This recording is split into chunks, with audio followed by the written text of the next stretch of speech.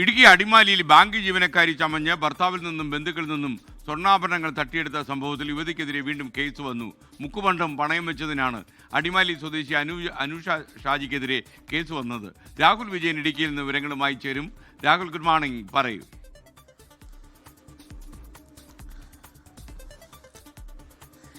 SKN cinema കഥകളെക്കാളും വെല്ലുന്ന കഥയാണ് ഈ കേസിലുള്ളത്, ഈ പരാതിയിലുള്ളത് എന്നുള്ളതാണ് വളരെ പ്രധാനപ്പെട്ട കാര്യം. ഈ അനുഷ ഷാജി 2019 മുതൽ കോതമംഗലത്തുള്ള ഒരു ബാങ്കിൽ ജീവനക്കാരിയാണെന്ന് പറഞ്ഞ് ഭർത്താവിനെയും ബന്ധുക്കളെയും അതുപോലെ തന്നെ നാട്ടുകാരെയും പറ്റിച്ചുകൊണ്ടിരിക്കുകയായിരുന്നു എന്നുള്ളതാണ് ഈ പരാതിയിൽ പറയുന്നത്. മാത്രമല്ല, ഈ ബന്ധുക്കളിൽ നിന്നും ഭർത്താവിൽ നിന്നും ഉൾപ്പെടെ ഈ സ്വർണം കൈക്കലാക്കിയ ശേഷം അത് ബാങ്കിൽ കൊണ്ടുപോയി പണയം വെക്കാം, അവിടെ പണയം വെച്ച് കഴിഞ്ഞാൽ കൂടുതൽ പണയമല്ല അവിടെ സൂക്ഷിക്കാം, അവിടെ വെച്ച് കഴിഞ്ഞാൽ കൂടുതൽ പലിശ കിട്ടും, നിങ്ങൾക്ക് കൂടുതൽ പണം കിട്ടുമെന്ന് വിശ്വസിപ്പിച്ചുകൊണ്ടാണ് ഇത്തരത്തിൽ സ്വർണ്ണങ്ങളെല്ലാം കൈക്കലാക്കിയിരുന്നത്.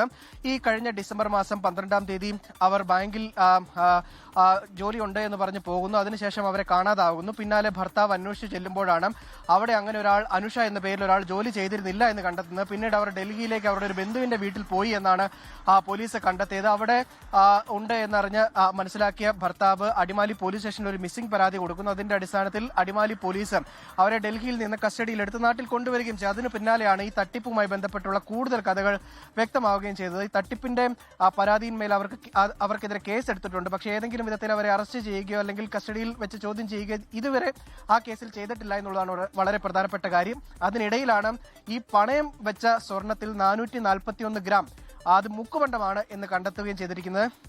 അതിന്റെ അടിസ്ഥാനത്തിൽ കോതമംഗലം പോലീസ് ഈ അനുഷയ്ക്കെതിരെ വീണ്ടും ഒരു കേസ് എടുത്തിരിക്കുന്നു എന്നുള്ളതാണ് വളരെ പ്രധാനപ്പെട്ട കാര്യം.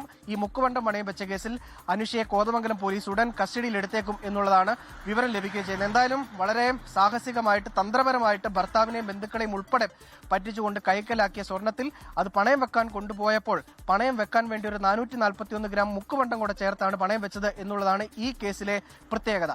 SKN ലോകത്തെവിടെയായാലും ഏത് സമയത്തും 24 വാർത്തകളും ഓഗ്മെന്റഡ് റിയാലിറ്റി പാക്കേജുകളും എക്സ്പ്ലെയിനറുകളും വിശദമായി കാണാൻ ഞങ്ങളുടെ യൂട്യൂബ് ചാനൽ നിങ്ങൾക്ക് സബ്സ്ക്രൈബ് ചെയ്യാം.